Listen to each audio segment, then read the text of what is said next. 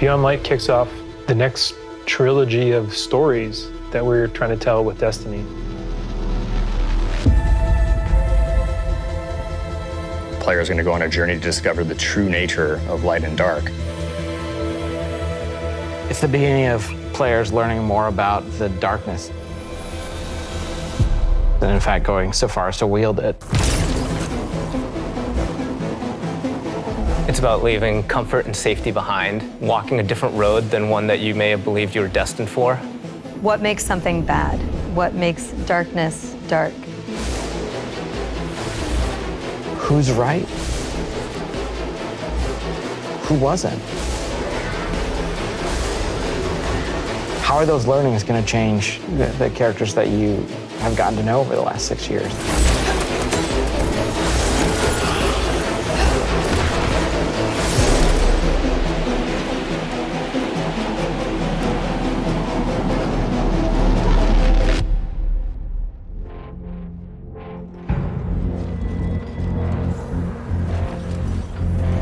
Beyond Light's really the beginning of a new adventure. Guardians, for the longest time, have been bathed in the light, sort of this altruistic force fighting back evil. And now we're starting to move into that gray area between the light and dark. If the darkness reaches out, we must reach back. I will not sanction this. In Season of Arrivals, the Vanguard is divided. You have some characters telling you, we should fight these ships, and we have other characters who are saying, no, we should find out what they want. We should get to know them and understand more. But it definitely comes to a head.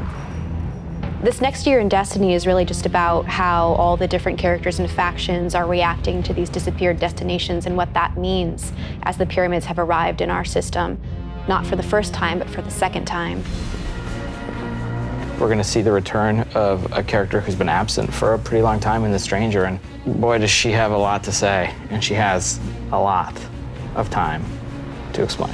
When I know more, you'll know more. She has shown up to encourage us to take on the darkness, and the only way to truly stop it is to work with it. And here comes our Guardian, right on time.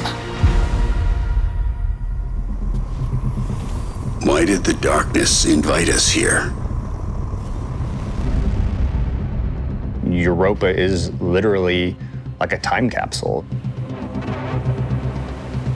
Europa is huge. Killer destination, freezing cold. Desolate. Some of the most beautiful spaces I've ever seen in a video game.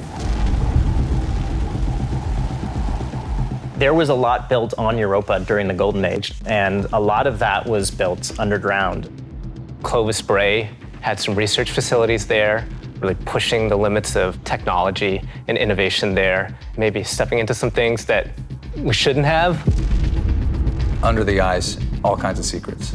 I'm so excited for what players are going to find.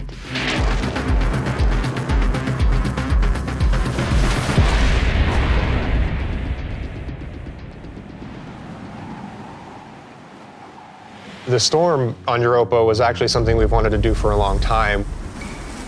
We wanted it to feel harsh. The weather system is so awesome. Like, you're walking through an open space and all of a sudden things start happening. Coming across like Fallen or Vex for the first time, you can barely make out the glow in their eyes. The sound of the wind, the ice will change based on what the weather is looking like. You'll actually feel every piece of the environment changing around you to match the storm.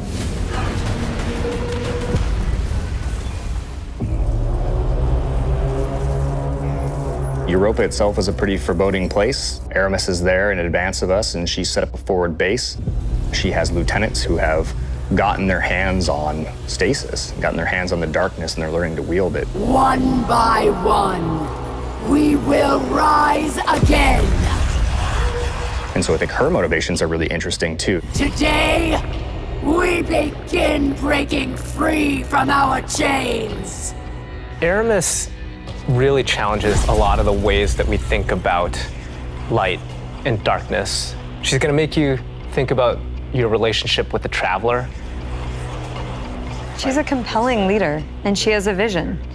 And especially after the collapse of their society, people, I think, the Fallen wanted someone to follow. Is the light going to be enough? I think we've seen that we need some new tools to fight our enemies with. Maybe it's time to fight fire with fire, or ice with ice.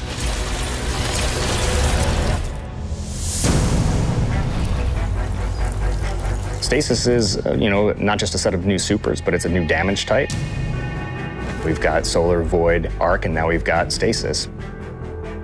The idea for Stasis all really came back from the gameplay idea of freezing someone. That was kind of the theme that everyone's kind of rallied behind.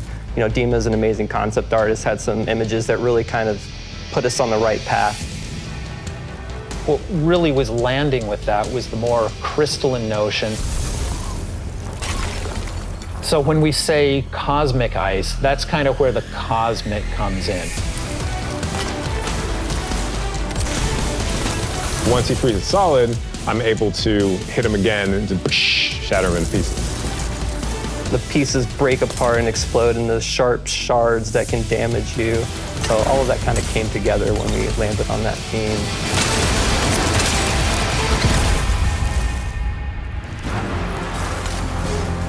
Stasis is going to not only change the way that you can attack or approach combat, there's also some really great ways that you can upgrade it. Then you start getting into the more interesting parts, things that we're calling aspects and fragments, which are additional ways to modify your subclass. Aspects are a little bit more potent, and then the fragments are the things that are class agnostic, but depending on what your class is and depending on what your aspects are and how you want to play, you're probably going to be starting to select different ones in there. This is just the beginning for Stasis. We're going to continue to expand on it. We're just excited for players to get their hands on this.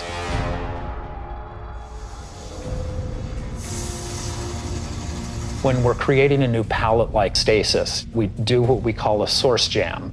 Everyone on the team blocks out about a week where we can say, okay, you're going to go out into the world, microphone, recorder, record anything that reminds you of cosmic ice.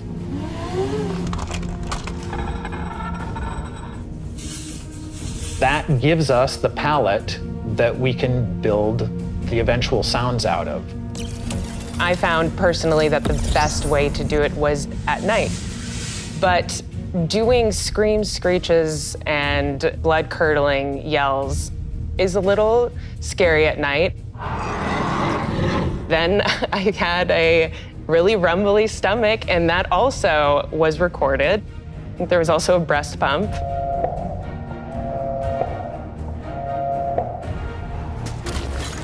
You have to make use of what you got. In Beyond Light, we have new exotic weapons for you.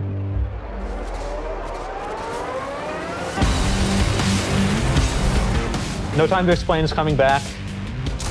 Instead of just being the gun that refills your magazine when you land precision hits, you actually get a little time portal, and it starts spitting out rounds alongside you. You can actually have that on top of the Arc Soul, so you can be your own little mini firing squad if you build for it. Another one we have is the Laments. It uses up your sword's energy to give yourself a new combo, and that ends up in a big spinning slash. Probably the largest selling point for a lot of people is that it slices right through barrier champions. I think the largest draw for most people is actually going to be the fact that it is a chainsaw sword.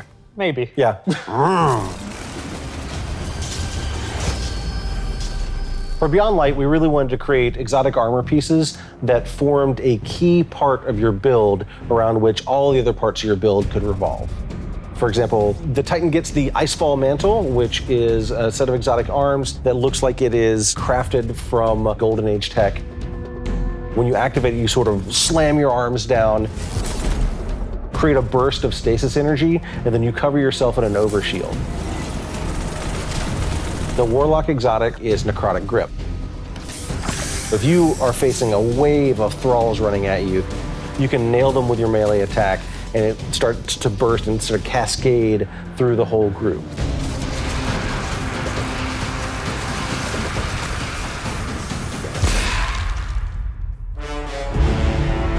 There's a lot there for newcomers coming in too. If you've got a friend who hasn't tried it out, it's a really great time to jump in on New Light, that entry experience for free players.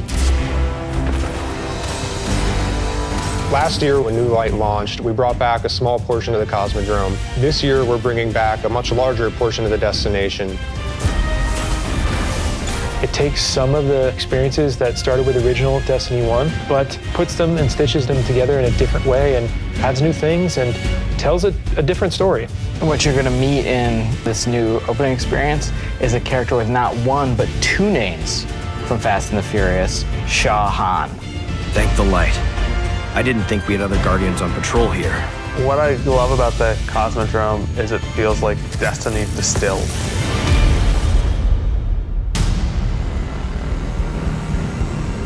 Season of the Hunt picks up where Arrival's left off. Other forces are taking advantage of the darkness to make their move forward, including Xivu Arath, a sister of Oryx, and she's taking this opportunity to build up an army. And we're working with Osiris to try to stop her. Osiris goes out, stumbles across these hive growths that are driving combatants crazy. Osiris is in trouble, and of course, you're his only hope.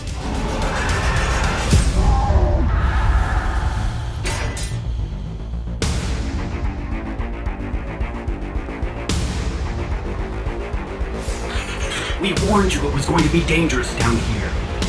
Impossible.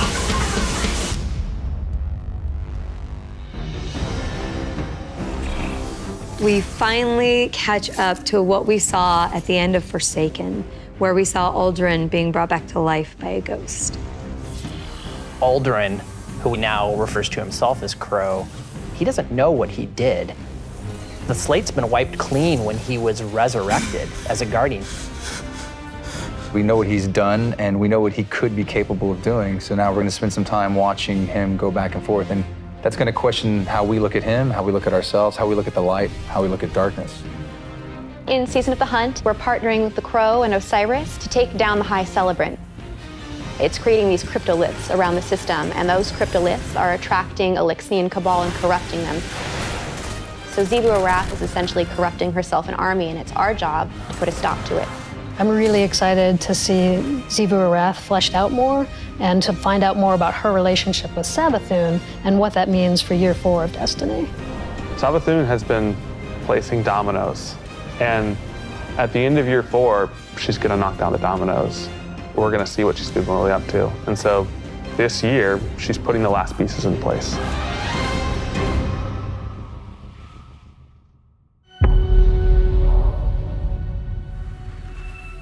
Destiny is just a really incredible world, and there are so many stories for us to tell. We have a lot to look forward to beyond Light, then the Witch Queen, and then Lightfall, and all the seasonal content between. We feel like we've got a really great way to bring people together. Working through COVID and working through some of the other turmoil in the world right now has been really challenging. I have to admit, I've been pleasantly surprised with how well we've been able to get things done. We're committed to your characters and your community of players. We want to meet you where you are. I think the thing that excites me the most about Destiny's future is how much it's rooted in where we come from. Seeing villains revealed and finding out secrets that we've been hinting at for years. When I look at the team that we're building and continuing to grow and hire, the new leaders that are coming up in Destiny, that gets me super excited. Destiny's best days are ahead of us.